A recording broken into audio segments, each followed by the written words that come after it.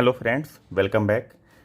हम लोग जो बायोलॉजी का सीरीज चला रहे हैं बीपीएससी के लिए 67 बीपीएससी के पीटी के लिए जो बायोलॉजी का सीरीज चला रहे हैं साइंस के पार्ट में, उसमें ये तीसरा दिन है, मतलब तीसरा क्लास है। तो आज हम लोग इसको कंटिन्यू कर रहे हैं। तो चलिए शुरू करते हैं। इसके पहले हम लोग सेल बायोलॉजी पढ़ चुके हैं और बायोलॉजी का बहुत सारा जो टर्मिनोलॉजी था वो पढ़ चुके हैं 2 क्लास में मिला के। तो जो लोग नए आए हुए हैं वो देख लीजिएगा उसे जाके, और जो सब्सक्राइब नहीं किए सब्सक्राइब कर लीजिएगा वीडियो को। और इसके अलावा हमने आज एक स्ट्रेटजी वाली वीडियो लॉन्च की है, तो उसे ज़रूर देख लीजिएगा। बहुत फ़ायदा होने वाला है आप लोगों को कि ये लास्ट मिनट जो बचा हुआ है उसमें कैसे तैयारी करें। तो चलिए, सेक्स डिटर्मिनेशन हमारा बचा हुआ था, यहाँ से शुरू करते हैं। तो सेक्स डिटर्मिनेशन होता क्या है? जो लिंग का निर्धारण होता है ना, जीव में सेक्स का निर्धारण होता है कि वो मेल होगा कि फीमेल होगा, इसको हम लोग सेक्स डिटर्मिनेशन बोलते हैं। तो in human male chromosome XY होता है, वेयर एज इन फीमेल ये होता है XX होता है। तो जो सेक्स क्रोमोसोम होता है मेल में होता है XY और फीमेल में होता है XX। During the gamete formation in male the half of the sperm contain X chromosome while the other half contain Y chromosome. In the female, all gamete contain only one type of chromosome, that is X. Thus, when a male gamete, that is a sperm carrying X chromosome, fertilized with an ova, the zygote develop into female. When a sperm carrying Y chromosome fertilized with an egg, zygote development into male. तो simple logic है, चूंकि female में दोनों x होता है, ठीक है, तो जो भी गैमिट बनेगा क्या बनेगा, एक सेट क्रोमोसोम जो क्या बनेगा वो एक्स बनेगा। और मेल में 2 होता है, एक्स और वाई दोनों होता है। तो एक्स पे डोमिनेट करता है वाई, तो जब एक्स वाई साथ में रहता है तो ये मेल का कैरेक्टर शो करता है और ये मेल होता है। तो ये 2 गैमिट बनाएगा, एक्स और वाई दोनों बनाएगा। तो होगा क्या कि जब एक्स इसकी एक्स के साथ क्रॉस करेगा, मतलब यहाँ से एक गैमिट 2 गैमिट बना एक्स और वाई, अगर एक्स गैमिट इसके साथ क्रॉस करेगा, चूंकि यहाँ से तो एक्स ही बनना है, तो फीमेल चाइल्ड होगा। अगर वाई गैमिट जो है, गैमिट जो बना है उसमें वाई क्रोमोसोम है, तो यहाँ पे एक्स के साथ क्रॉस करेगा, XY बनेगा और मेल चाइल्ड बनेगा, ठीक है। तो यहाँ पे ये क्रॉस करके भी दिखाया हुआ है। ये सबका 50% चांस होता है कि 50% ये फीमेल, ये जो दोनों जायगोट, तो उसमें तो पक्का है कि दोनों एक्स होगा। सॉरी, जायगोट में बोल रहा हूँ, गैमिट दोनों एक्स होगा। और मेल में दोनों गैमिट 50% होगा, एक्स और वाई होगा। तो क्या होगा, ऑफ स्प्रिंग ये फीमेल होगा, ये फीमेल होगा, ये मेल और ये मेल। चूँकि क्या हो जाएगा कि एक्स का चांसेस दोनों के साथ, इसके साथ भी और इसके साथ भी करने का, जो फ्यूजन करने का चांस है वो आधा आधा है, 2 है, तो दोनों में से कोई एक करेगा तो 50% चांस हो गया। तो 50% मेल और 50% फीमेल होने का चांस हमेशा रहता है। कभी कभी लोग गांव देहात में, चाहे वैसे भी थोड़ा सा कम पढ़े लिखे लोग हैं, वो बोलते हैं या नहीं जानते हैं, वो लोग बोलते हैं कि लड़कियों में प्रॉब्लम होता है, मतलब फीमेल्स में प्रॉब्लम होता है, इसकी वजह से मेल बच्चा नहीं होता है, या ऐसा बोलिए कि लड़कियां होती हैं फीमेल होती हैं। लेकिन ऐसा बिल्कुल नहीं है, वो प्रॉब्लम नहीं है, वो एक नेचुरल फेनामेना है, क्रोमोसोम का इशू है। अगर मेल और उसके लिए मेल रिस्पॉन्सिबल है, फीमेल रिस्पॉन्सिबल नहीं है, क्योंकि फीमेल कभी भी एक्स ही क्रोमोसोम वाला गैमिट बनाएगी, कभी भी वो वाई क्रोमोसोम का गैमिट नहीं बनाएगी। तो अगर मेल पार्टनर जो भी है, अगर वाई क्रोमोसोम का गैमेट प्रोड्यूस करता है, जो खुद नहीं करता है, वो नेचुरली होता है, उसका 50% चांस है। अगर वाई क्रोमोसोम का गैमेट प्रोड्यूस होगा तो मेल बच्चा होगा, नहीं तो फीमेल होगा। ये नेचुरल फेनामेना है, इस पर किसी का कोई कमांड नहीं है। तो ये एक मिथ्या, इसको रिजेक्ट करता है। Barr body is found in female somatic cells. Barr body कहाँ होता है? Female somatic cell. Somatic cell क्या होता है हम लोग ऑलरेडी पिछले वीडियो में डिस्कस कर चुके हैं, तो जो लोग नए आए हैं वो जाकर देख लेंगे। जिनको याद नहीं है सोमेटिक सेल और देखे हुए हैं वीडियो, उनको जाकर देख लेंगे। वैसा सेल जो रिप्रोडक्शन में भाग नहीं लेता है, रिपेयर और मेंटेनेंस डेवलपमेंट में बॉडी के भाग लेता है, उसको सोमेटिक सेल बोलते हैं। Fertilisation is done in the test tube in the laboratory, but further development takes place inside the mother womb is called test tube baby. जैसे हम लोग टेस्ट ट्यूब बेबी सुनते हैं ना कि टेस्ट ट्यूब बेबी हुई है, टेस्ट ट्यूब बेबी हुई है, या फिर टेस्ट ट्यूब बेबी है। तो टेस्ट ट्यूब बेबी ऐसा नहीं होता है कि ट्यूब के अंदर, टेस्ट ट्यूब के अंदर उसका पूरा डेवलपमेंट होता है, ऐसा नहीं है। फर्टिलाइजेशन वाला जो पार्ट है ना, वो टेस्ट ट्यूब में करवाया जाता है, ठीक है, वो लैब में होता है, ठीक है। और जो जाइगोट बन जाता है, फर्टिलाइजेशन के बाद क्या बनता है, जाइगोट बनता है। दो गैमिट जब फर्टिलाइज करेगा, मान लीजिए कि एक्स कैरिंग गैमिट और वाई कैरिंग गैमिट फर्टिलाइज किया, तो ये फर्टिलाइज करके एक्स वाई करके एक जाइगोट बना देगा। इसका फर्दर डेवलपमेंट जो होता है वो उम्र में होता है माँ के, और वो ट्रांसप्लांट किया जाता है बच्चे के माँ के उम्र में, ठीक है ना। तो अगर फर्टिलाइजेशन लैब में हुआ है, लाइब्रेरी में हुआ है स्पर्म और ओवा का, ठीक है, तो उससे जाइगोट जो बना है उसका ट्रांसप्लांट कर दिया बॉडी में, तो उसको कहा जाएगा test tube baby. Sometimes sex determination is regulated by environmental factor. In some reptiles temperature determine the sex at which the fertilized egg is incubated। कभी कभी ऐसा होता है, रेप्टाइल्स क्या होता है, कोल्ड ब्लडेड एनिमल होता है, तो उनका जो बॉडी का टेम्परेचर है वो रेगुलेट होता है इन्वायरमेंट से। तो कभी कभी वो डिसाइड करता है कि वो सेक्स का जो फिक्सेशन है, वो जो ऑफ स्प्रिंग होने वाला है उसमें कैसे होगा। उसके बाद in human each cell contain 46 chromosome, जो हम लोग डिस्कस कर चुके हैं ऑलरेडी जेनेटिक्स में और कर रहे हैं अभी। इनफैक्ट एनी एडिशन और removal in the number of chromosome in autosome causes genetic disorder. तो ऑटोजोम्स क्या है, ऑटोजोम्स भी हम लोग डिस्कस कर चुके हैं, ठीक है। जो लोग नहीं जानते हैं वो लोग वीडियो देख लेंगे। ऑटोजोम्स का मतलब होता है other than sex chromosome is called autosome, 22 pairs होता है, ठीक है। तो ये जेनेटिक डिसऑर्डर कौन कौन सा होता है और कितना कौन कौन है, चलिए उसको देख लेते हैं एक नज़र। पहला है क्लीनेफेल्टर सिंड्रोम।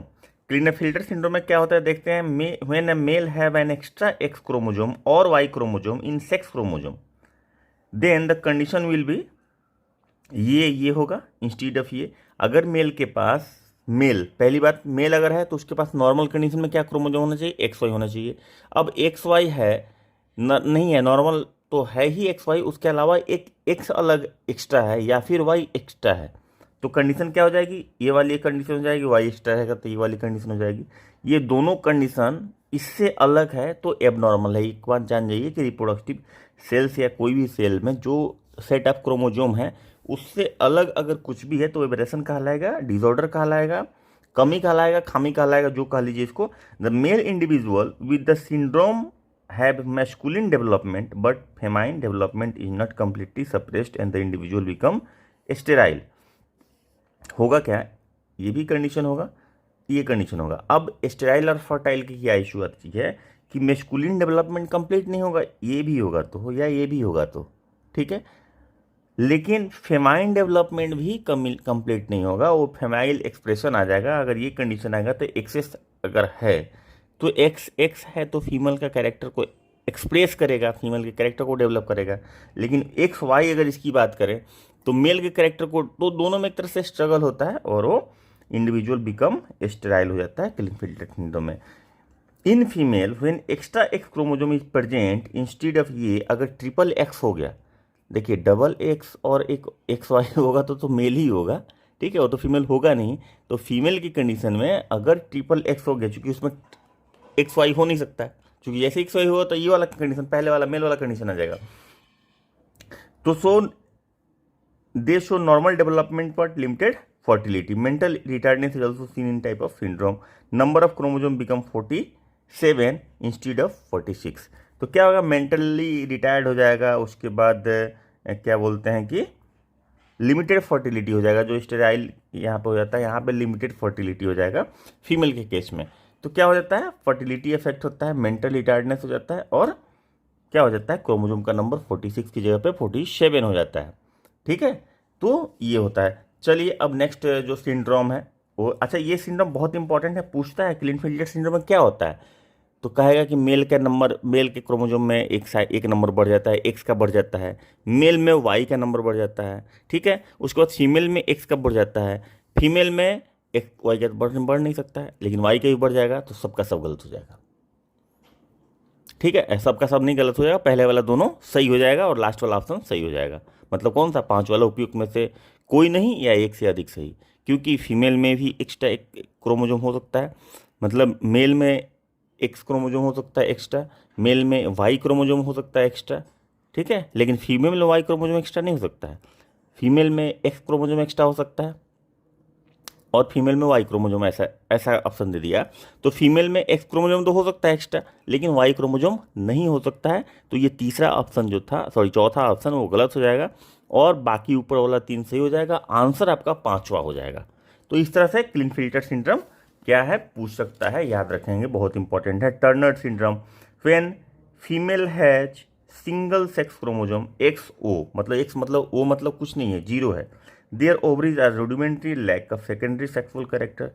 सेकेंडरी सेक्सुअल कैरेक्टर और प्राइमरी सेक्सुअल कैरेक्टर क्या है कि सेक्स ऑर्गन सब अगर डेवलपमेंट होता है, that is called primary sexual character. और जब प्यूबर्टी आता है, ठीक है, प्यूबर्टी के बाद जो अपीयरेंस, जो एक्सप्रेशन होता है बाहर से, उसके बाद ओस्ट्रोजिन क्या बोलते हैं, उसके बाद हार्मोनल सेक्रेशन होता है, बॉडी में कुछ चेंजेज होता है, ठीक है, तो वो सब सेकेंडरी सेक्सुअल कैरेक्टर में आता है। तो क्या होगा कि अगर एक्स क्रोमोजोम मिसिंग रहेगा फीमेल में तो सेकेंडरी सेक्सुअल कैरेक्टर अपीयर नहीं होगा और वो क्या हो जाएगा कि ओवरीज जो है उसका वो रूडिमेंट्री ही रहेगा, मतलब उसका प्रॉपर डेवलपमेंट नहीं होगा, वो इनिशियल स्टेज पे ही रुक जाएगा। तो क्या हो जाएगा, टर्नर मतलब टर्नर मतलब होता है क्या, टर्निंग पॉइंट नहीं सुनते, टर्मिनल, राजेंद्र नगर टर्मिनल है, मतलब टर्मिनेट कर जाता है। सेक्सुअल कैरेक्टर का जो डेवलपमेंट है वो टर्मिनेट कर जाता है, क्योंकि सेक्सुअल कैरेक्टर का डेवलपमेंट होने के लिए दोनों एक्स क्रोमोजोम का होना जरूरी है। तो उसमें क्या होगा, टर्नर सिंड्रोम में फीमेल में होता है। मेल में, चलिए डाउन सिंड्रोम क्या होता है, when extra chromosome is added to 21st autosome, this lead to development of Down syndrome. ये याद रखिएगा, बहुत बार क्वेश्चन पूछता है, इनफैक्ट टर्नर सिंड्रोम भी याद रखिएगा, बहुत बार पूछता है। डाउन सिंड्रोम में 21st नंबर क्रोमोजोम पे जाके एक क्रोमोजोम जुड़ जाता है, ठीक है। तो ये ऑटोजोम्स की बात कर रहे हैं, यहाँ पे क्या था, ये जो दोनों रिलेटेड है, क्लिनफिल्टर सिंड्रोम और टर्नर सिंड्रोम, ये दोनों सेक्स क्रोमोजोम से रिलेटेड है। देखिए इसमें एक्स और वाई है, इसमें एक्स, इसमें तो सिर्फ एक्स है और ये इसमें क्या है, एक्स और वाई दोनों है। लेकिन डाउन सिंड्रोम में ऐसा नहीं है। डाउन सिंड्रोम में ये ऑटोजोम्स में होता है, ठीक है।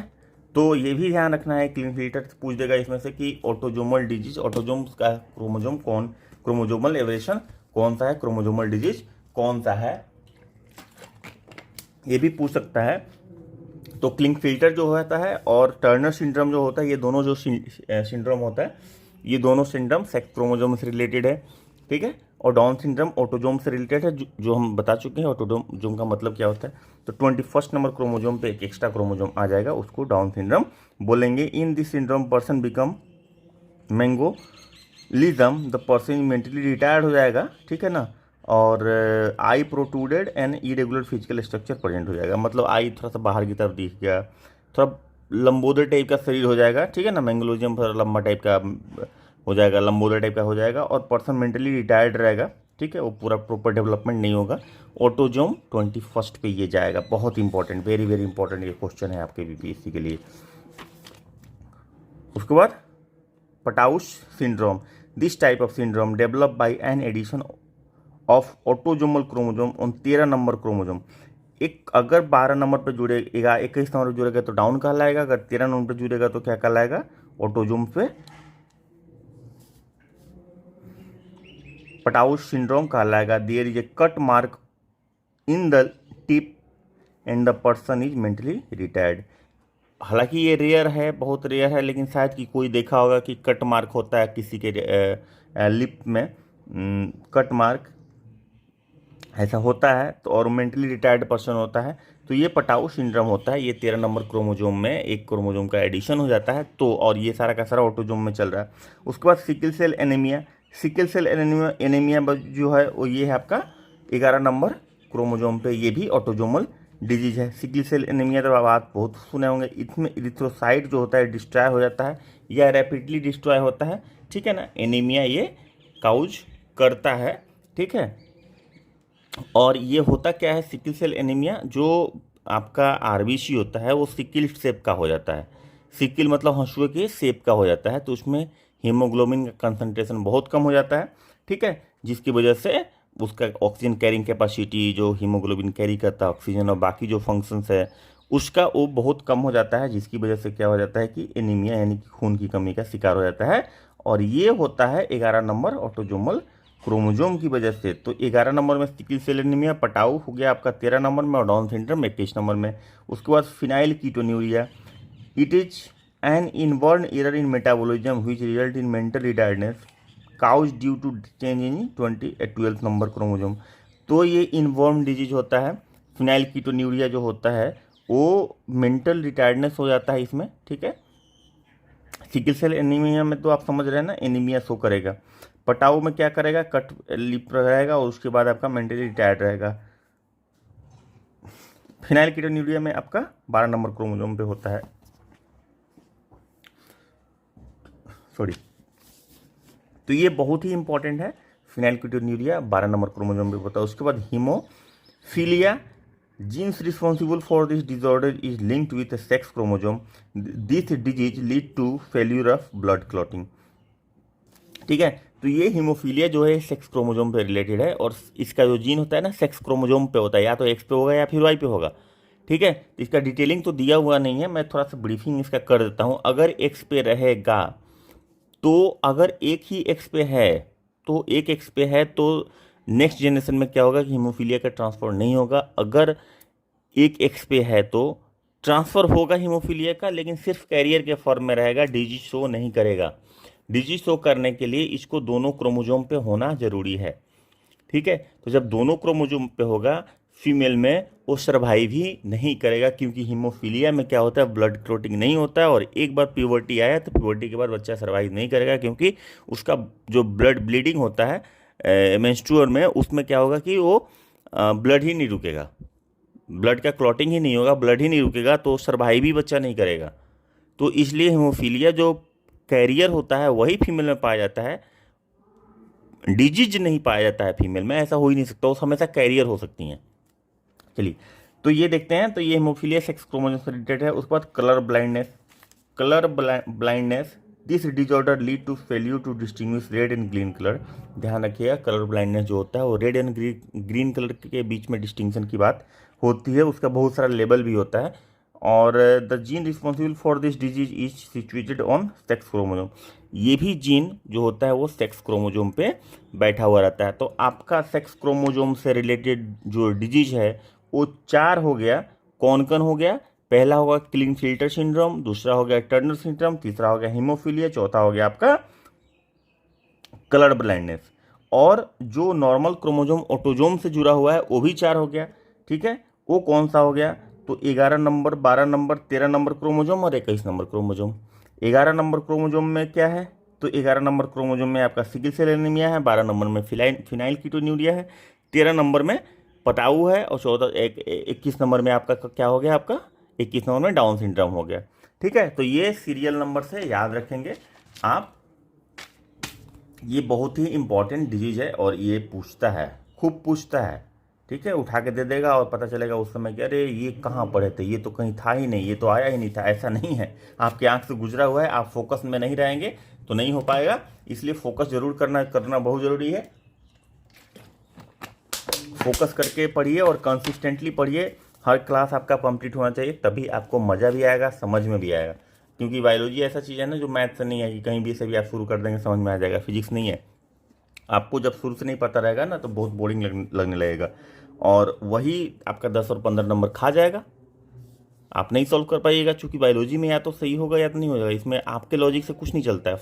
ये आपका वो वाला फिजिक्स नहीं है कि physics sun rises from the east तो उसका सनलाइट वेस्ट में पड़ेगा, ऐसा नहीं है, बहुत सारा एक्सेप्शन होता है बायोलॉजी में। इसलिए कंसिस्टेंटी मेंटेन करना बहुत ज़रूरी है। बहुत हमने इसको देखा है कि क्वेश्चन लोग बायोलॉजी के स्किप करते हैं, क्योंकि समझ में ही नहीं आता है तो सोचते हैं कि चलो छोड़ो हटाओ 10-12 नहीं बनाएंगे। अरे वही डिसाइडिंग फैक्टर हो जाता है भाई। 5 क्वेश्चन भी अगर आप बना देते हैं, नहीं भी पढ़ के जाते तो 5-7 क्वेश्चन बना देते हैं तो आपका डिसाइडिंग फैक्टर हो जाता है, और 10 जब बनाते थे तो आप सोचिए कहाँ आपका पोजीशन हो जाता है, अपने आप को प्लेस करते हैं। तो इसलिए जो लोग नए होंगे सब्सक्राइब कर लीजिएगा ताकि आपकी कंटिन्यूटी मेंटेन रहे, और दोस्तों के साथ शेयर जरूर करके डिस्कस कीजिए। और वीडियो पसंद आ रहा है तो लाइक कीजिए, और कमेंट में लिखिए कहीं पे कोई डाउट हो रहा है तो, कन्फ्यूजन हो रही है तो। चलिए आगे, ऑर्गेनिक इवोल्यूशन। इवोल्यूशन में क्या होता है, more and more creation of organism by gradual changes from low category animal to higher category is called organic evolution. There are several evidence regarding the organic evolution.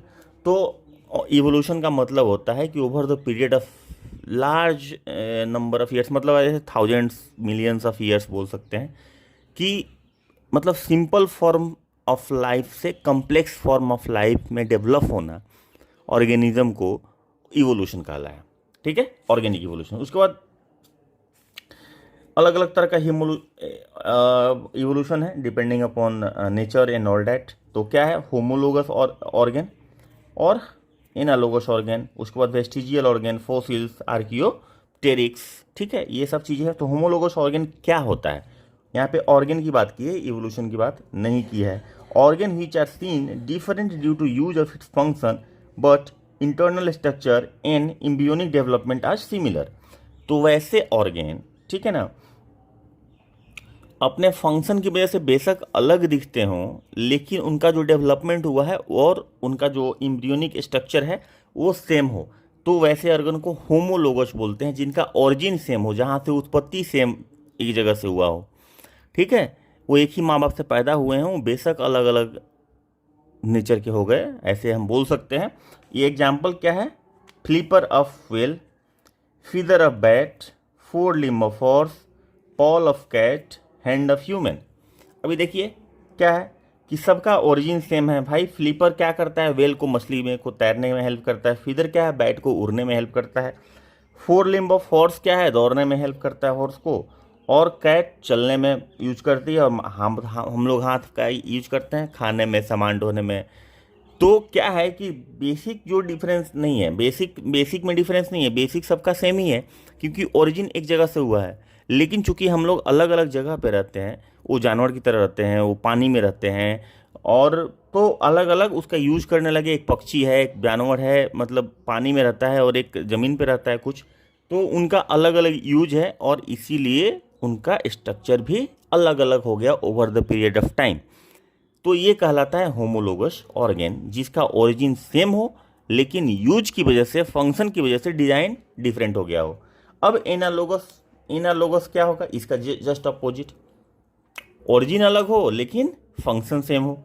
जैसे organ which look similar due to the use of similar function but their internal structure and embryonic development are different। Simple बात है कि वैसा organ, homologous के opposite, homologous में क्या है, origin same है, फंक्शन अलग है, तो दिखने में अलग लगता है। एनालोगस में क्या है, ओरिजिन अलग होगा लेकिन फंक्शन सेम करता है, इसलिए देखने में सेम लगता है। यहाँ पे देखने में सेम लगता है, वहाँ पे देखने में अलग लगता है, सिंपल लॉजिक है। Wings of butterfly, bat, birds all look similar but their internal structure and origin are different. Simple बात है ना कि बटरफ्लाई का विंग्स देखिए, वो भी उड़ने के काम में आता है, सेम फंक्शन सेम डिजाइन आता है। बटरफ्लाई, बैट, बर्ड सबका सिमिलर रहता है, लेकिन ओरिजिन अलग है, तीनों का ओरिजिन जो है वो अलग है। तो ये एनालोगस ऑर्गन होंगे over the period of time. Design same हो गया क्योंकि सेम तरह का काम कर रहे हैं, फ्लाई करने का काम कर रहे हैं, लेकिन अलग से उत्पत्ति हुई है। उसके बाद देखिए भाई वेस्टिजियल ऑर्गन। वेस्टिजियल ऑर्गन क्या होता है, वेस्टिजियल ऑर्गन वो होता है जिसका use over the period of thousands of years नहीं होता है, और फिर वो काम करना बंद कर देता है, रूडिमेंट्री हो जाता है। These organ which appears functionless in an organism but was functional in their ancestor। मतलब एंसिस्टर में ये फंक्शन थे, लेकिन हजारों साल के बाद यूज नहीं होने की वजह से ये डिसफंक्शनल हो गए, तो उसको वेस्टिजियल ऑर्गन बोलते हैं। वेस्टिजियल ऑर्गन का टर्म यूज होता है, अपेंडिक्स आपके बॉडी में वेस्टिजियल ऑर्गन ही है। फॉर एग्जाम्पल वर्मीफॉर्म अपेंडिक्स जो होता है of the large intestine and nictitating membrane of human, ये दोनों चीज़ें, निक्टिएटिंग मेम्ब्रेन आँख में होता है, और वर्मीफॉर्म अपेंडिक्स, आप अपेंडिक्स तो जानते होंगे, वर्मीफॉर्म छोड़िए, अपेंडिक्स याद रखिए कि अपेंडिक्स जो है वेस्टिजियल ऑर्गन है, क्योंकि उसका यूज आज के डेट में नहीं होता है। Vermiform appendix functional in the herbivore animal even now. लेकिन अगर हर्बीवोर है तो जो मेमल्स है हर्बीवोर, जो घास खाते हैं, डियर है, बकरी है, तो उसमें अपेंडिक्स यूज होता है। उसका पर्पस था सेलुलोज को पचाना। चूँकि ह्यूमन बीइंग सेलुलोज खाना बंद कर दिया, पका के प्लांट को खाने लगा, डायरेक्ट प्लांट खाना बंद कर दिया, तो उसका use over the period of time खत्म हो गया और आज के डेट में रूडिमेंट्री बन गया। उसके बाद फोसिल्स में क्या दिखता है, are the main and ancient plant of animal which provide evidence for evolution. Example archaeopteryx इसका एग्जाम्पल है।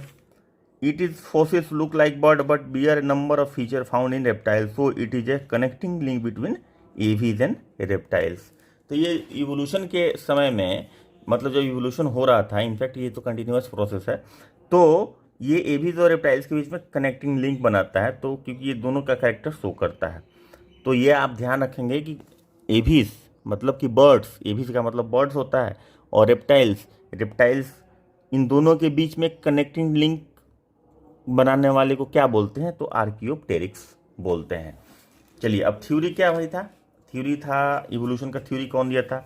लिनियस ने दिया था, लेमार्क ने दिया था, चार्ल्स डार्विन ने दिया था। जो मेजर थ्योरी था वो यही था। लिनियस ने क्या कहा था? कंट्रीब्यूशन टू द क्लासिफिकेशन इन्होंने तो किया था, हम लोग शुरू में पढ़ चुके हैं। किस क्लास में पढ़े हैं आप लोग वीडियो देख लीजिएगा। जो लोग पढ़े हैं उनको याद होगा, जो लोग नहीं पढ़े हैं वो लोग जाके पढ़ लीजिएगा। जो सब्सक्राइब नहीं किया सब्सक्राइब कर लीजिएगा।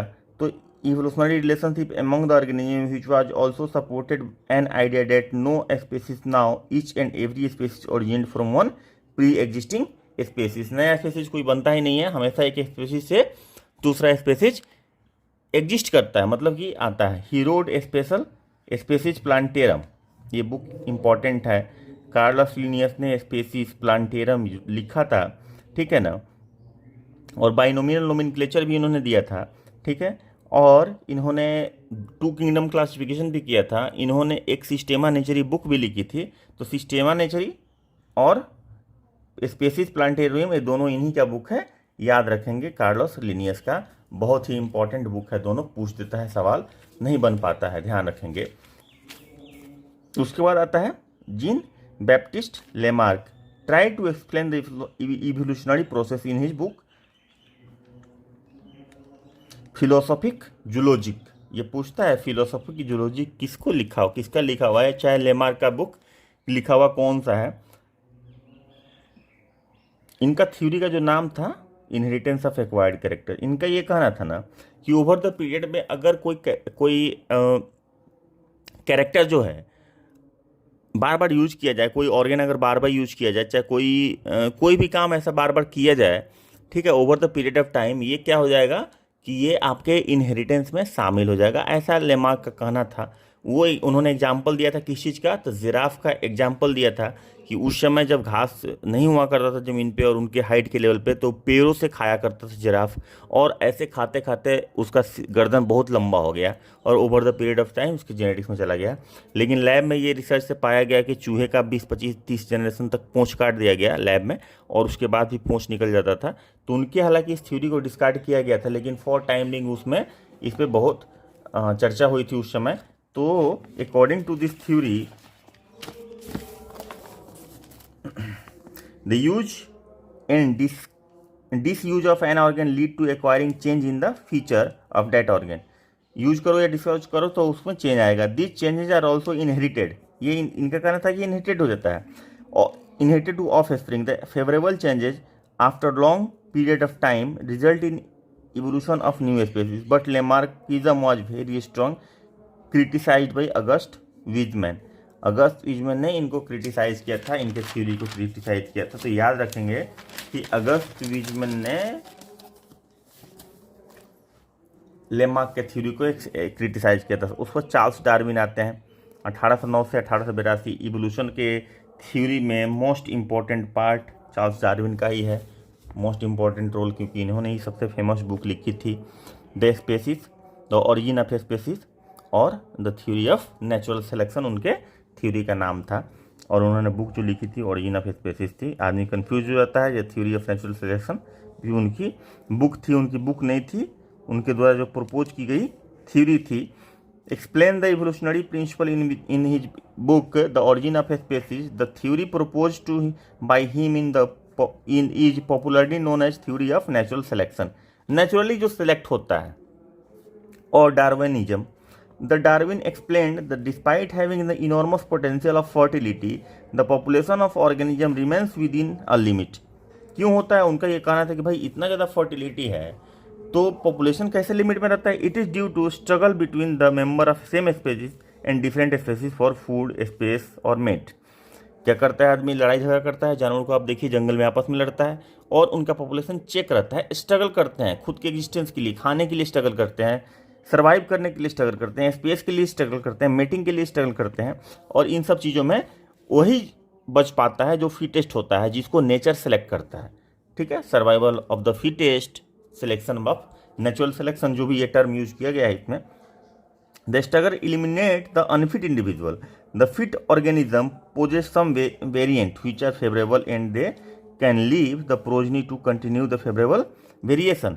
मतलब जो सर्वाइव करता है उसमें कुछ ना कुछ ऐसा एलिमेंट होता है जीन्स का जो वेरिएशन के साथ जो उसके सर्वाइवल में हेल्प करता है, और फिर वो नेक्स्ट जनरेशन को वो चीज़ देता है।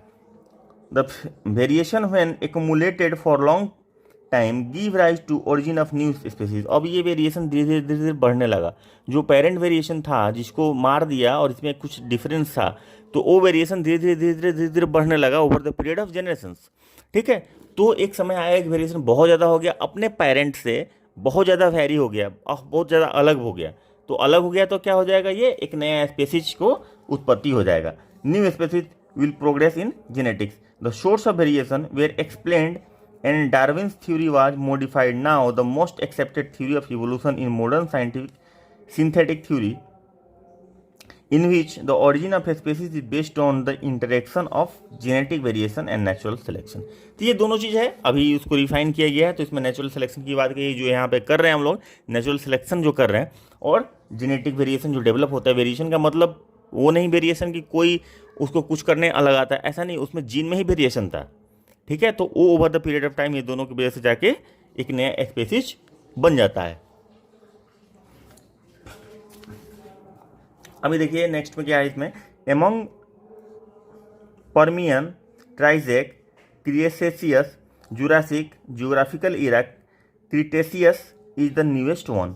इन सब में नया सबसे कौन है, तो ये सबसे नया है, क्रिटेशियस सबसे नया एज है। The book in which contains information about all plant is called Red Data Book। ठीक है, उसके बाद recapitulation theory was proposed by Ernst and Haeckel। ये साइंटिस्ट थे। अब रिकेपिचुलेशन थ्योरी क्या है, तो रिकेपिचुलेशन थ्योरी का मतलब होता है history repeats itself. History repeats itself, मैं फिर से रिपीट कर रहा हूँ। तो इसका मतलब यही होता है कि जो कैरेक्टर आया हुआ है पहले, वो फिर बाद में एक्सप्रेस करेगा कभी ना कभी। जो चीज़ें हुई है पास्ट में, वो फिर से फ्यूचर में आएगा। तो थ्योरी ऑफ रिकैपिचुलेशन जो है वो यही एक्सप्लेन करता है। यहाँ पे डिटेल नहीं दिया हुआ है, नहीं तो मैं डिटेल बताता, क्योंकि हम लोग को बहुत कुछ पढ़ना है। तो आगे चलते हैं। The basic unit of biosystematica is species.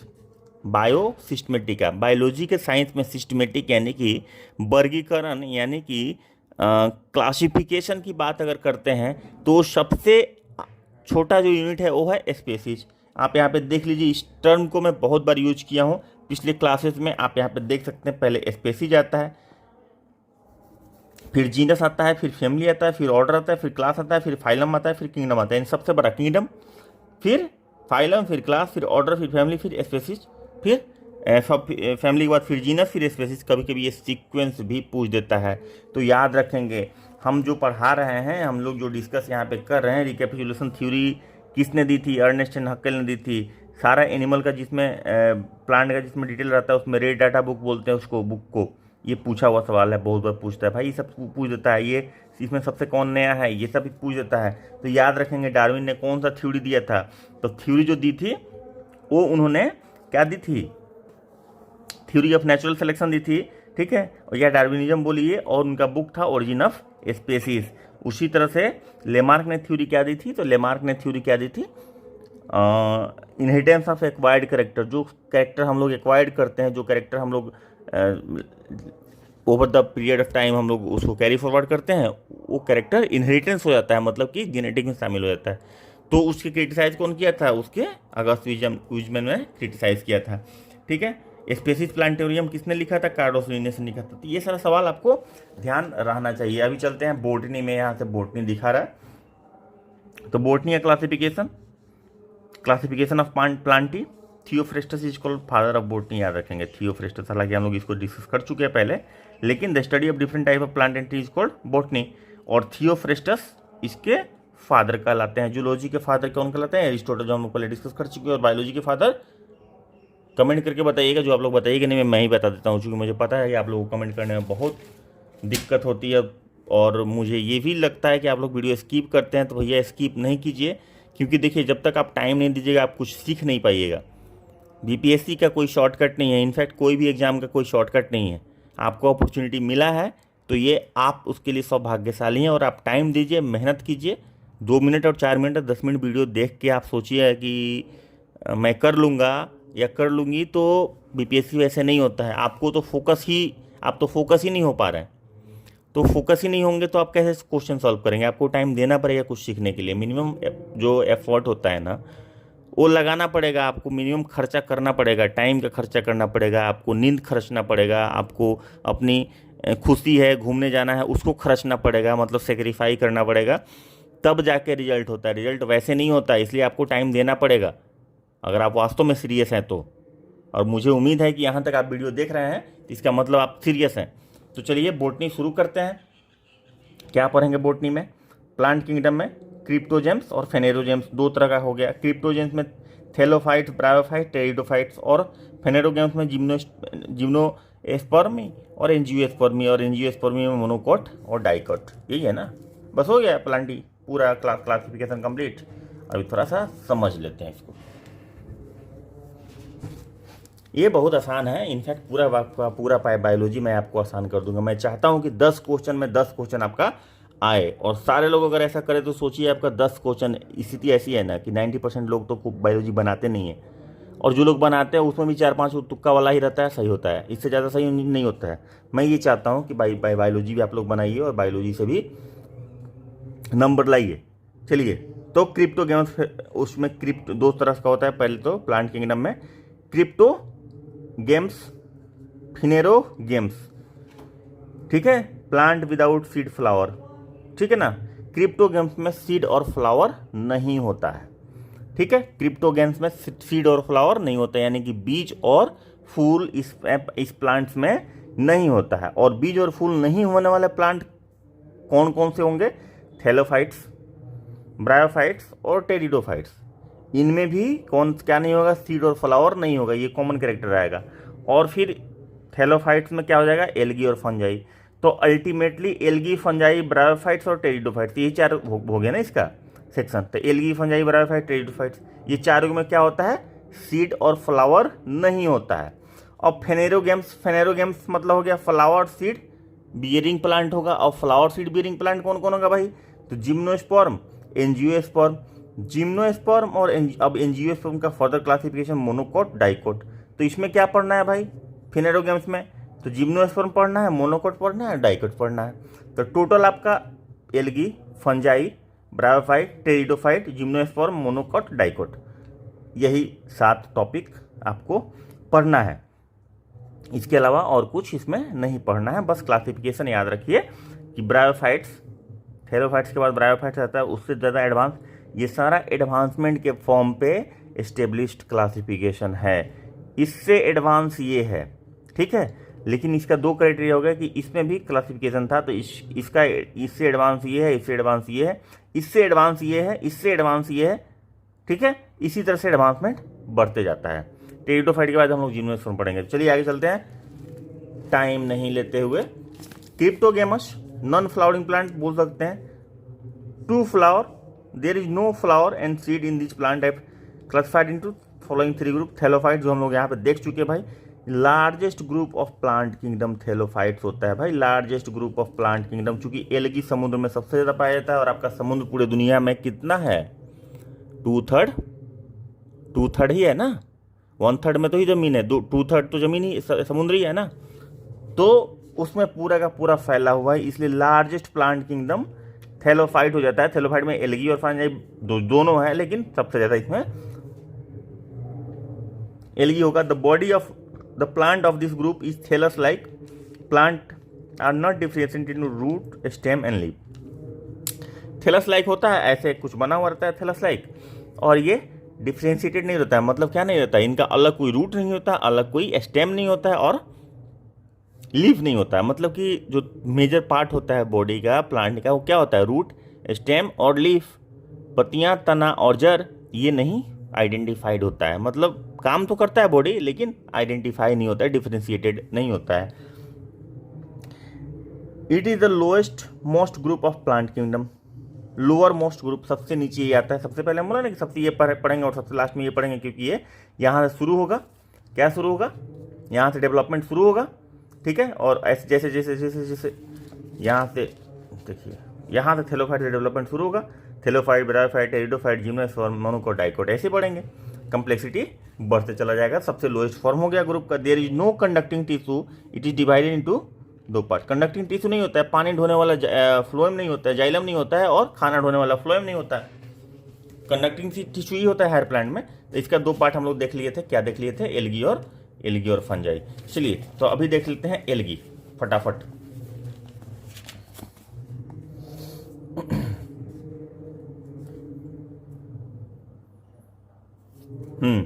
The study of algae is called phycology, जो हम लोग पहले ही डिस्कस कर चुके हैं। द एल्गी नॉर्मली है क्लोरोफिल होता है, ऑटोट्रॉफिक होता है, खुद का खाना बनाता है, ठीक है। ये हम लोग देख चुके हैं ऑटोट्रॉफिक क्या होता है, और फोटोट्रॉफिक क्या होता है। जो लोग नहीं देखे हों जाके देख लेंगे। Its body is thallus like, it में भी यूनिसेलुलर हो सकता है, कॉलोनियल और फिलामेंटस, ये तीनों तरह का हो सकता है। तो सवाल पूछता है कि एल्गी यूनिसेलुलर होता है, एल्गी फिलामेंटस होता है, एल्गी कॉलोनियल होता है, एल्गी सभी होता है, एल्गी नॉन होता है। तो एल्गी सभी होता है हो जाएगा। यहाँ पे लास्ट वाला ऑप्शन नहीं हो, क्योंकि ऑलरेडी आपको एक ऑप्शन दे दिया कि सभी होता है, तो लास्ट वाला ऑप्शन खत्म हो गया आपका। उसके बाद चौथा point, classification of group algae is based on the nature of pigment, ठीक है। तो ये हो गया। उसके बाद यूजफुल एल्गी क्या क्या होता है भाई, ये याद करने वाली, समझने वाली इंटरेस्टिंग चीज़ है। यूजफुल एल्गी आप देख लीजिए क्या क्या होता है। एज ए फूड, कौन सा एल्गी को यूज करते हैं एज ए फूड, पोरफाइरा, अल्वा, ठीक है ना, शुगेसम, लेमिनार, नोस्टेक, इसको फूड की तरह यूज किया जाता है, याद रखिएगा। पोरफाइरा, अल्वा, शुगराम, लेमिनार, नोस्टेक, इसको फूड की तरह। आयोडीन बनाने के लिए किसको, लेमिनेरिया को यूज करते हैं, फोकस को यूज करते हैं, और इक्लोनिया, ये तीन क्या बनाने के लिए, आयोडीन बनाने के लिए। और मैन्यूर के लिए नोस्टक, अनाबिना और केल्प, बहुत ही फेमस है, मैन्यूर में यूज होता है। एनाबिना, एजोला एनाबिना का जो कॉम्बिनेशन होता है, जिससे कि नेचुरल फॉस्फेट का फिक्सेशन होता है। चलिए, in making medicine, chlorellin from Chlorella, tincture iodine is made from Laminaria, ये इंपॉर्टेंट है रिसर्च वर्क। क्लोरेला में, एसिटाबुलेरिया में, ये सब में हुआ है। Spirogyra is the commonly known as pond silk, ये एस्पाइरोगाइरा जो है ना, पॉन्ड सिल्क इसलिए कहा जाता है क्योंकि ये एक सुनहरा कलर एक्सप्रेस करता है पॉन्ड्स में, तालाब में, तो इसलिए इसको पॉन्ड सिल्क बोलते हैं। उसके बाद आएगी देखिए, an astronaut can get protein food, water and oxygen by showing the chlorella algae in the tank of the aircraft, so chlorella is known as space algae. ये पूछता है कि कौन सा एल्गी जो होता है वो स्पेस एल्गी होता है, उसका प्रोटीन, फूड और वाटर सबका पूरा काम कर देता है वो कौन, तो क्लोरेला कर देता है। और एयरक्राफ्ट में उसको यूज किया जाता है, इसलिए उसको स्पेस में जाते वक्त यूज किया जाता है। क्लोरेला का इसका टैबलेट भी आता है, उसको यूज करके जो एस्ट्रोनॉट्स होते हैं वो रहते हैं। अगर is prepared from the algae like gelidium, अगर मतलब एक मीडियम होता है जहाँ पे कल्चर मीडियम होता है, जहाँ पे ग्रो किया जाता है डिफरेंट माइक्रो ऑर्गेनिज्म को, तो Gracilaria it is use for to grow micro and the preparation of ice cream and jelly, agar का यूज किया जाता है आइसक्रीम जेली बनाने के लिए और माइक्रोब्स के ग्रोथ के लिए। उसके बाद आ जाता है फंजाई, देखिए वो थैलस लेके स्ट्रक्चर होता है और ये सारा सब यूज होता है, यूज जरूर देख लीजिएगा। उसके बाद फंजाई आता है, स्टडी ऑफ फंजाई को माइकोलॉजी। एल्गी के फंजाई को क्या बोले थे, फाइकोलॉजी बोले थे। ऑर्गेनिज्म इन दिस ग्रुप में भी यूनिसेलुलर और मल्टीसेलुलर, ये दोनों में से कोई भी एक हो सकता है, ठीक है। तो ये भी सवाल पूछता है कि फंजाई क्या है, यूनिसेलुलर या multicellular. Fungi is without chlorophyll, chlorophyll नहीं होता है तो खुद से खाना ये नहीं बना सकता है। Central carrier tissue is less, और इसको थैलाफाइटा के ग्रुप में आता है। Accumulated food in the fungi remain as glycogen, glycogen इसके फूड जो है, एक्यूमुलेटेड फूड जो होता है वो ग्लाइकोजन होता है। Its cell wall is made up of chitin, जो हम लोग पहले ही डिस्कस कर चुके हैं। एल्बुको, फाइटोप्थोरा इन्फेस्टेंस, अगर अलग से नाम साइंटिफिक नाम यूज करेंगे तो फाइटोप्थोरा इन्फेस्टेंस। उसके बाद म्यूकोर ईस्ट ये एट्सेट्रा जो होता है वो फंजाई होता है, और फंजाई में create serious disease like in plant. Most of the damage is cause by rust and smut. The main fungal disease in plants were white rust of crucifer, loose smot of wheat, rust of wheat, early blight of potato, Phytophthora infestans से होता है ये। Red rot of sugar cane, tikka disease of ground water, wart disease of potato, brown leaf disease of स्पॉटसाइट। Most of the जो disease होता है भाई plant में, मोस्ट ऑफ द डिजीज जो होता है वो फंगस से होता है, ठीक है। और इसको मैनेज करना डिजीज को थोड़ा मुश्किल भी फंगस से होता है, ठीक है। इसके अंदर जो फूड होता है वो ग्लाइकोजन के फॉर्म में होता है, ठीक है। तो ये याद रखेंगे कि मोस्ट ऑफ द डिजीज, तो उसमें से कोई भी रहेगा, एक नज़र डाल के रखेंगे, कोई भी रहेगा डिजीज तो आप मोटा मोटी इसी में से कोई एक रहेगा कि फंगल डिजीज इसमें से कौन है प्लांट का, ऐसा पूछ दिया तो फिर क्या करेंगे, ठीक है। तो ये देख लेंगे। उसके बाद Rhizopus fungi commonly known as bread mould. Bread mould कौन है? राइजोपस को ब्रेड मोल्ड बोलते हैं, ठीक है ना। Heterothallism in fungi was discovered by Blakeslee. Alpha toxin was produce by fungi. Alpha toxin एक जहरीला पदार्थ है जो कि फंजाई के द्वारा प्रोड्यूस किया जाता है। Lichen are the association of fungi and algae. अब लाइकिन क्या होता है कि फंगस और एल्गी का एक एसोसिएशन होता है। Lichen developing on rocky substance is called saxicolous. Lichen are the first organism which colonise on the bare rock, ठीक है। अभी लाइकेन जो है उसको पहली बार वो बेयर रॉक पे वही सर्वाइव कर सकता है। लाइकेन क्या है कि फंजाई और एल्गी का सिम्बायोटिक एसोसिएशन है, मतलब कि उसके अलग कर देने से दोनों में से कोई सर्वाइव नहीं करेगा वहाँ पे।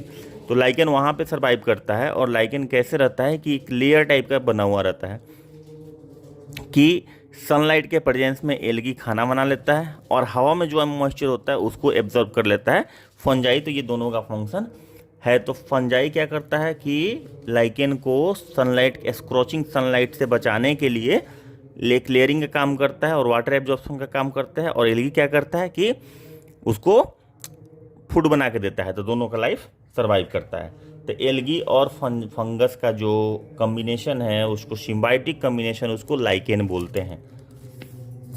अभी चलिए bryophytes, first group of land plant. ये सब जो है वो पानी में और कचरे में रहने वाला है।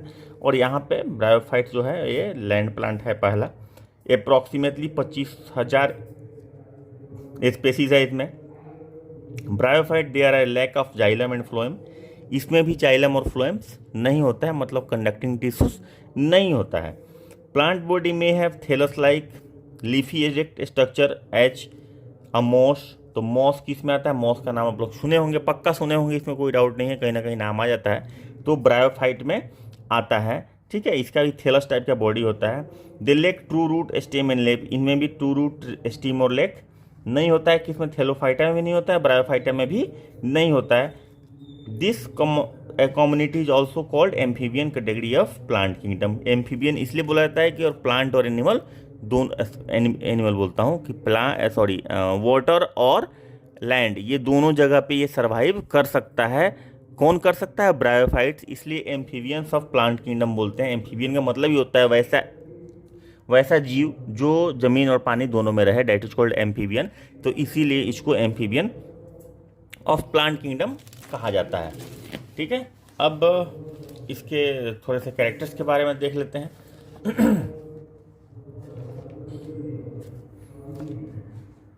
आ जाओ, हाँ।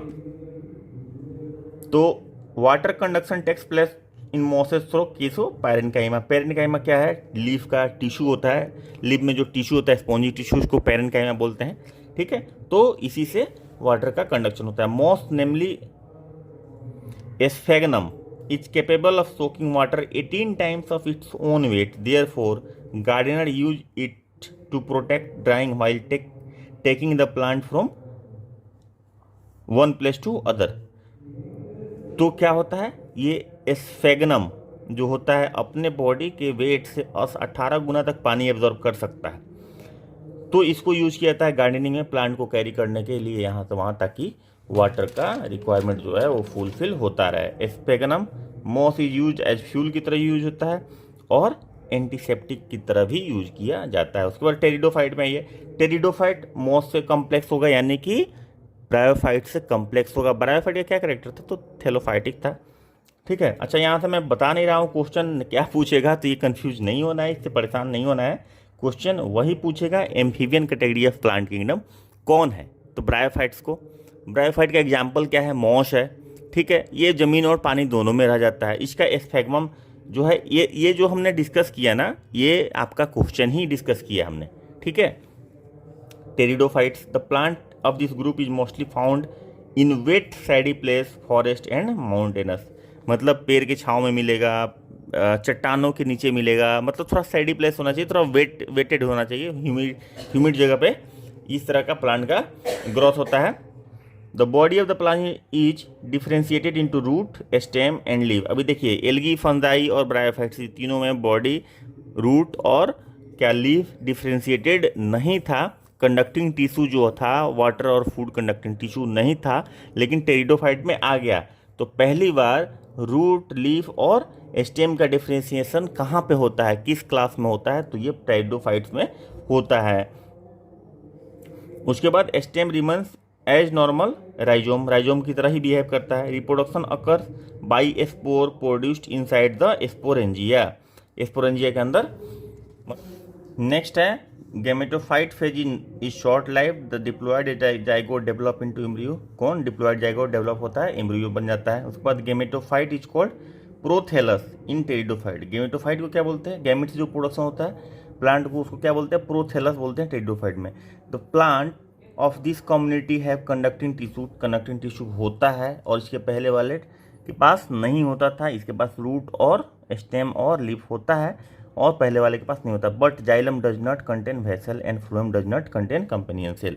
याद रखिएगा, ये बहुत इंपॉर्टेंट है कि जाइलम में वेसल्स नहीं होता है और फ्लोएम में कंपेनियन सेल नहीं होता है। किस में, टेरिडोफाइट में। बहुत इंपॉर्टेंट है, पूछता है इनमें से किस में कंपेनियन सेल नहीं होता है। अच्छा, टेरिडोफाइट से जैसे ही ऊपर जाएंगे जिम्नोस्पर्म में, तो एडवांस वर्जन में, तो वहाँ पे होने लगेगा। ठीक है, लेकिन ये पूछता है जिम्नोस्पर्म में नहीं होता है कंपेनियन सेल, आपको टेरिडोफाइट्स में नहीं होता है, ब्रायोफाइट्स में नहीं होता है। ब्रायोफाइट्स में तो बेसल्स ही नहीं होता है, तो जाइलम ही नहीं होता है, तो कंपेनियन सेल होने का बात ही नहीं है। एंजियोस्पर्म्स में नहीं होता है। तो ये आप ध्यान रखेंगे, बहुत इंपॉर्टेंट है कि जाइलम में वेसल्स बहुत इंपॉर्टेंट सेल होता है, और फ्लोएम में कंपेनियन सेल बहुत इंपॉर्टेंट सेल होता है, जो कि टेरिडोफाइट्स में नहीं पाया जाता है। इसका एग्जाम्पल टेरिडोफाइट के क्या है, फॉर्न, इजोला, टेरिडियम, लाइकोपोडियम, ये 4-5 एग्जाम्पल है, याद रखेंगे, बहुत ही इंपॉर्टेंट एग्जाम्पल है, बहुत हेल्पफुल एग्जाम्पल यूज होता है। In the next cell of archegonium of fern one binucleated cell is present. Next cell जो होता है ऊपर में, उसका डिटेलिंग नहीं दिया हुआ है, इसलिए हम नहीं करेंगे। मॉसेज मतलब ब्रायोफाइट एंड फॉर्म मतलब pteridophytes are called amphibians of plant kingdom. यहाँ पे दोनों के बारे में लिखा है, क्योंकि ये भी वेट जगह पे रहता है और लैंड पे भी रहता है, तो फर्न और मॉसेस दोनों को कहा जाता है कि ब्रायोफाइट्स। अब लिख दिया कि इसमें से amphibians of the plant kingdom किसको बोला जाता है, तो फर्न भी लिख दिया, मॉस भी लिख दिया, मॉस एंड फर्न लिख दिया। ठीक है, और मान लीजिए टेरिडोफाइट्स की जगह पे मान लीजिए जिम्नोस्पर्म्स लिख दिया। ठीक है, तो ऑप्शन क्या हो जाएगा, दूसरा होगा ना, मॉस एंड फर्न्स। सिर्फ मॉस, सिर्फ फर्न्स नहीं होगा, मॉस एंड फर्न दोनों होगा, चाहे ऐसे बोल सकते हैं, लास्ट वाला ऑप्शन हो सकता है। चलिए, उसके बाद Marsilea, fern and horsetail are example of pteridophyte. Marsilea the fern and horsetail, ये दोनों एग्जाम्पल है किसका, टेरिडोफाइट का। The fern and fern allies belong to the kingdom of Pteridophyta. तो ये इंपॉर्टेंट पार्ट हो गया टेरिडोफाइट्स का। उसके बाद अब मतलब क्रिप्टोगेमस यहाँ पे खत्म होता है, और फिनेरोगेमस यहाँ से शुरू होता है, flowering plant, cryptogamous and non flowering plant, तो उसमें सीड भी नहीं होता है। The plant of this group is well developed होता है। All the plant of this group bear flower, fruit, seeds. ठीक है, सब में होता है, जो इसमें इसके पहले वाला में नहीं होता था, किसमें, क्रिप्टोगेमस में नहीं होता था। Plant of this group is classified into 2 सब ग्रुप, जिम्नोस्पर्म और एंजियोस्पर्म। तो जिम्नोस्पर्म में सीड होता है, लेकिन नेकेड सीड होता है, और एंजियोस्पर्म में जैकेटेड सीड होता है, बस यही डिफरेंस है। और भी थोड़ा बहुत है, लेकिन मेजर डिफरेंस ये है। These plants are in the form of tree and bushes. Tree होता है और झाड़ी की तरह होता है। Plant bodies are differentiated in root, stem and leaf. पूरा डिफ्रेंशिएटेड होता है, सब कुछ होता है इसमें। प्लांट और वुडी होता है, पेरिनियल मतलब कि बरसों बरसों रहता है और टॉल होता है। उसके बाद नेकेड सीड पाया जाता है, किसमें, जिम्नोस्पर्म में नेकेड सीड, उसमें सीड पे कवरिंग नहीं होता है, ठीक है ना। Its tap root is well develop, tap root जो मेन रूट होता है वो बहुत ज़्यादा डेवलप होता है। The pollination takes place through air, ऐसी बात है, ऊंचाई पे है तो पोलिनेशन किससे होगा, एयर से होगा। तो ये समझ में आ गया, जिम्नोस्पर्म में नेकेड सीड बहुत इंपॉर्टेंट कैरेक्टर है, रूट स्टेम लीफ होता है, ठीक है।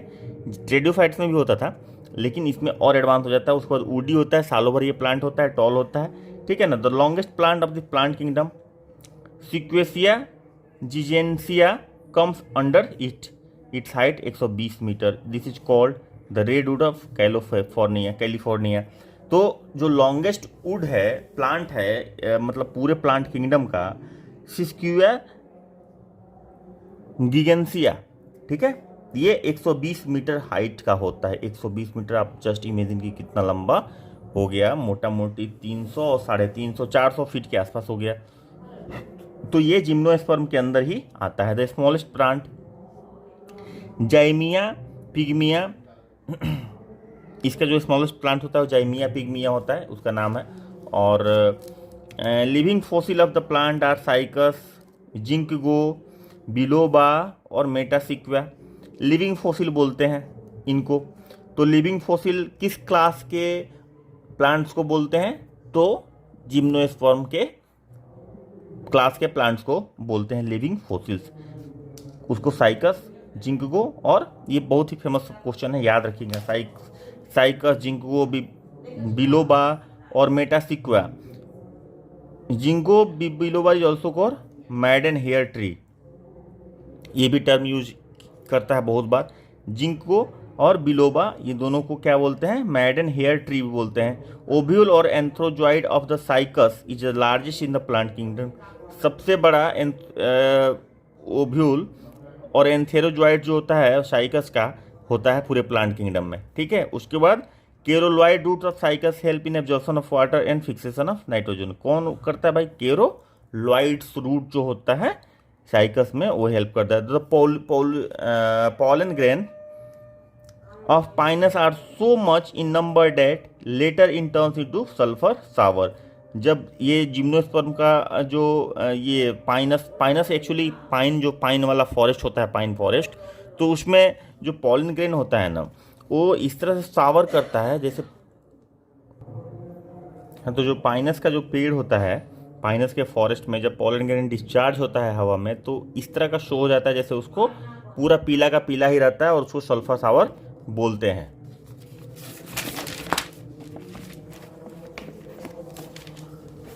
उसके बाद आ जाता है इंपॉर्टेंस ऑफ जिम्नोस्पर्म का इंपॉर्टेंस यहाँ पे आ जाता है। Importance of gymnosperm as a food क्या है, sago is made of extracting the juice from the stem of cycas, therefore cycas is called sago palm, ठीक है। Wood of the pine, sequoia, deodar, spruces etcetera use in making furniture, इन सारे का furniture के लिए use किया जाता है। उसके बाद vapour oil, we get turpentine oil from the tree of pine, citrus tannin, it is used in tannin in making ink, स्याही बनाने में टेनिन का यूज होता है।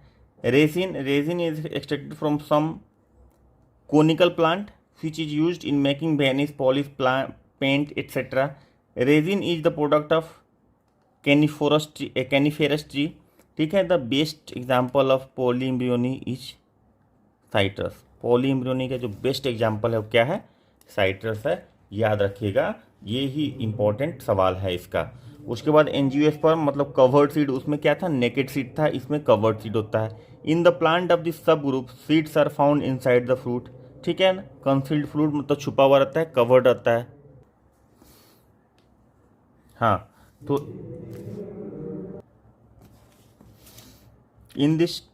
इन this plants root, leaf, flower, fruit and seeds are fully develop, पूरी तरह से develop हो चुका है, यहाँ तक डेवलपमेंट का काम कंप्लीट हो चुका है। The plant of this subgroup have seed coat होता है, ठीक है ना। On the basis of the number of cotyledon plants are divided into two category, monocotyledon and dicotyledon, मतलब कि सीड कोट के बेसिस पे कोटलीडोन के बेसिस पे दो तरह का हो गया, मोनोकोटलीडोन और dicotyledon. Those plant which have only one cotyledon is called, example होता है मोनोकोटलीडोन का। उसका एग्जाम्पल क्या होता है, लिलिएसी फैमिली का गार्लिक ओनियन जो होता है मोनोकोट होता है। पाल्मेई फैमिली का नट पाम कोकोनट डेट ये जो होता है ये आपका मोनोकोट होता है। उसके बाद ग्रेमनी फैमिली का व्हीट मेज बम्बो शुगर केन राइस बाजरा व्हीट, मतलब जो मेजर आप क्रॉप देख लीजिए, व्हीट मेज राइस मेजर क्रॉप है, बाजरा शुगर केन ये सारा का सारा मोनोकोट होता है। डाइकोट की बात करें तो उनके पास दो कोट होता है, मतलब दो, तो दाल वाला सारा आ जाएगा इसमें, ठीक है ना, दो पार्ट होता है ना। उसके बाद रेडिश क्रूसीफेरी में रेडिश टर्निप मस्टर्ड ये आ जाता है। मालवेसी में जूट लेडीज फिंगर मतलब भिंडी, जूट मतलब जानते हैं पटुआ। लेगुमिनेसी में बबूल लाजवंती अशोक tamarind and all pulses crop, सारे का सारा दाल इसमें आ जाता है। किसमें, डाइकोट, दो भाग में बढ़ता है ना उसका सीड। उसी तरह से कंपोजिटिव फैमिली में आ जाता है क्या, कंपोजिट फैमिली में क्या आता है, सनफ्लावर मेरीगोल्ड लिली एक्सेट्रा। उसके बाद रूटेसी में आता है लेमन ऑरेंज। उसके बाद क्रूकुर बीटेसी में आता है मेलन वाटरमेलन गार्ड बीटर, ठीक है ना। सोलिनेसी में potato chilli brinjal belladonna tomato ये सारा कुछ। और रोजेसी में आता है स्ट्रॉबेरी एप्पल एलमंड ये सारा का सारा आता है। अच्छा देखिएगा एलमंड दो पार्ट बढ़ जाता है, जब आप उसको छीलेंगे ना, छीलने के बाद तोड़ेंगे तो दो पार्ट में दो, लेकिन वो नहीं आता है डाइकोट में, सॉरी डाइकोट में आता है, हाँ दो पार्ट में बढ़ता है ना तो डाइकोट में आता है ये। तो इस तरह से ये सारा का सारा डाइकोट का एग्जाम्पल है और ये आपका मोनोकोट का एग्जाम्पल है। कुछ एग्जाम्पल्स याद रखेंगे, ठीक है, पूछ सकता है कभी कभी ये पूछता है। Leaf of the lungs lung of leaf are the lung of plant, जाहिर सी बात है कि पत्ते से सांस लेते हैं पेड़, तो लीफ लंग की तरह काम करता है। Plant from which coca and chocolate are obtained is shrubs, shrubs होता है झाड़ी की तरह होता है जिसमें से चॉकलेट और कोका बनाया जाता है। बनाना क्या है, बनाना श्रब्स है। उसके बाद trochodendron is a versatile angiosperm, ये वर्सेटाइल है, बहुत जगह पाया जाता है। Pulses are obtained from the family leguminosae, pulses का फैमिली क्या होता है, लेगुमिनेसी फैमिली से होता है। From the bark of cinchona the drug quinine is obtain used in malaria fever, तो चिंकोना एक प्लांट है, पेड़ है, जिसके बार्क से ड्रग बनता है क्यूनिन, क्यूनिन जो ड्रग है वो मलेरिया के लिए होता है। तो ये याद रखिएगा, बहुत ही इंपॉर्टेंट है कि चिंकोना के बार्क से बनता है। Chloroplast found in sugarcane plant show dimorphism, ठीक है, दो तरह का कैरेक्टर शो करता है, दो तरह का colour design show, colour show करता है। The maximum fixation of solar energy done by green plant, maximum fixation, सबसे ज़्यादा फिक्सेशन सोलर एनर्जी कौन करता है, तो जाहिर सी बात है ग्रीन प्लांट ही करता है, सबसे ज़्यादा यूटिलाइजेशन ग्रीन प्लांट ही करता है। फिक्सेशन मतलब क्या हो गया, यूटिलाइज कर लेना। उसके बाद golden rice contains beta carotene gene, golden rice एक राइस है, एक वैरायटी, एक टाइप ऑफ राइस है जिसमें बीटा कैरोटीन होता है, which comes from carrot, carrot से यूज किया हुआ जेनेटिक मॉडिफिकेशन से उसको बीटा कैरोटीन को यूज किया गया है। It is very variety of rice produce by genetic engineering to biosynthesis of beta carotene a precursor of vitamin A, beta carotene जो होता है प्रिकर्सर होता है विटामिन ए का। प्रिकर्सर का मतलब वो मटेरियल जिससे कोई प्रोडक्ट बने वो उसका प्रिकर्सर होता है। तो बीटा कैरोटीन से विटामिन ए बनता है, तो वो क्या हो गया बीटा कैरोटीन उसका प्रिकर्सर हो गया, ठीक है, उसको पैदा करने वाला एक तरह से हो गया। उसके बाद potato tomato brinjal are 3 different species that but belong to the same genus solanum, solanaceae इसका फैमिली है और जीनम सोलेनम है। Solanum tuberosum, solanum esculentum, brinjal का भी सोलेनम करके इसका यहाँ पे आपको नाम आपको दिख जाएगा। सोलेनम मेलोंजिना, ठीक है। तो ये आपका कॉमन नेम देख लेते हैं। टोमेटो का लाइकोपर्सिकम एस्कुलेंटम इसका साइंटिफिक नेम हो गया। उसके बाद पोटैटो का सोलेनम ट्यूबरेशन, पी का पिस्टम सटिवम, मेज का मिजिया मेज, ब्रिंजल का सोलेनम मेलोंजिना।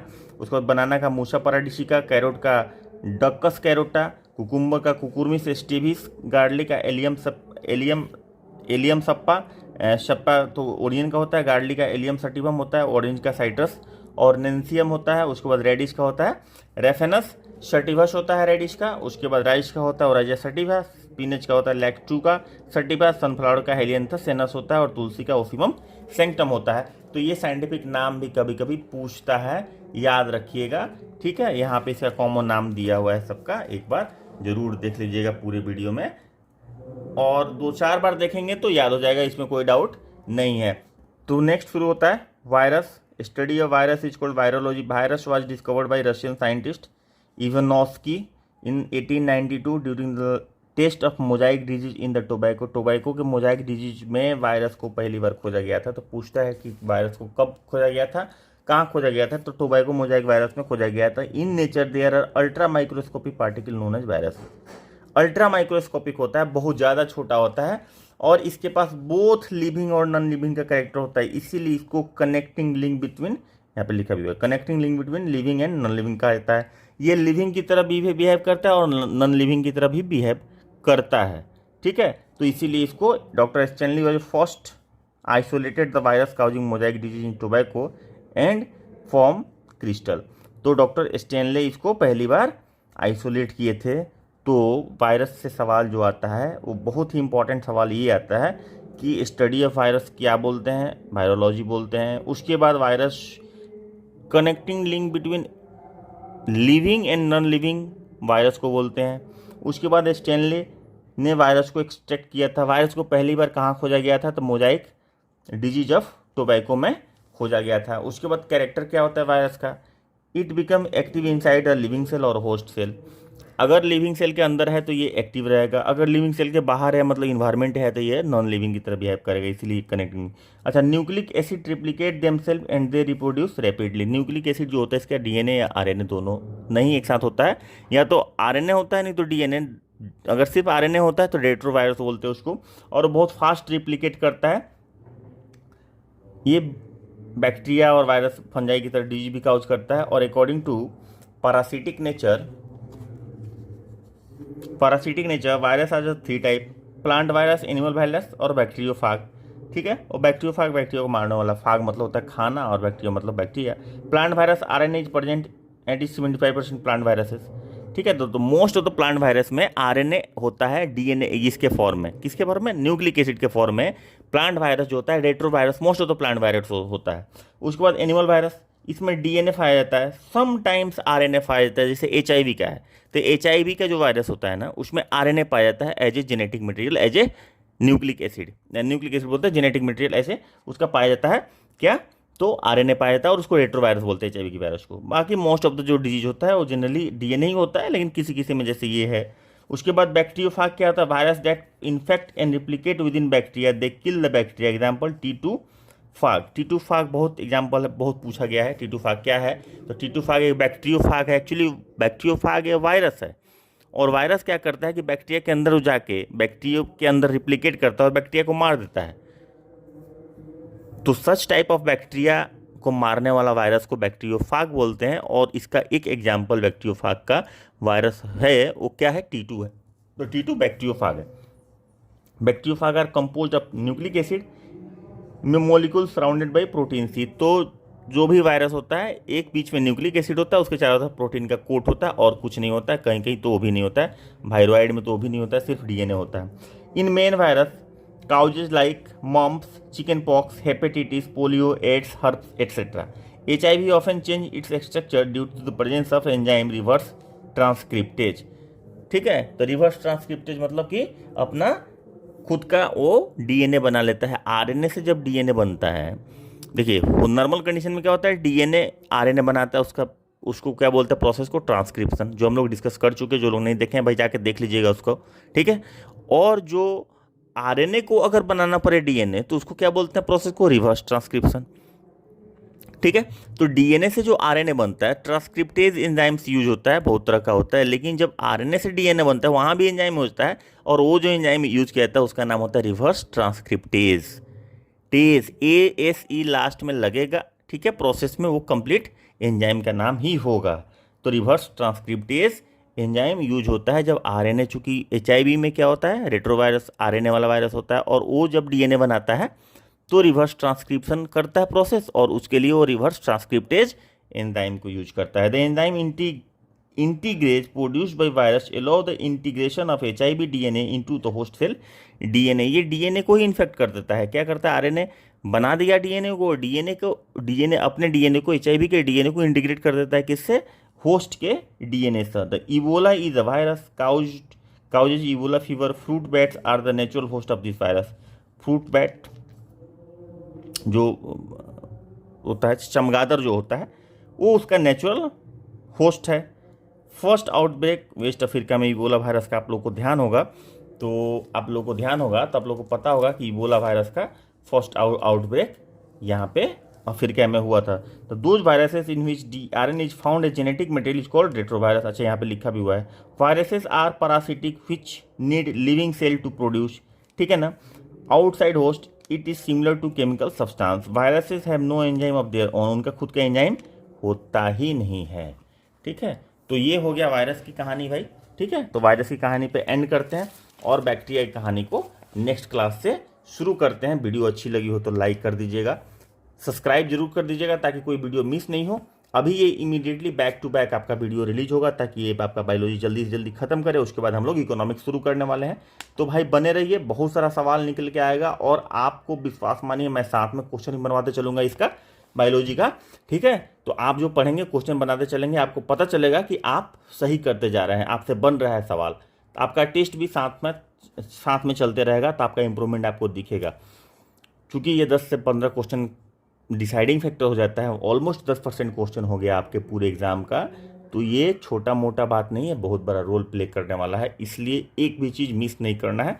नेक्स्ट क्लास में मिलते हैं बैक्टीरिया के, तब तक के लिए बाय बाय, टेक केयर, जय हिंद।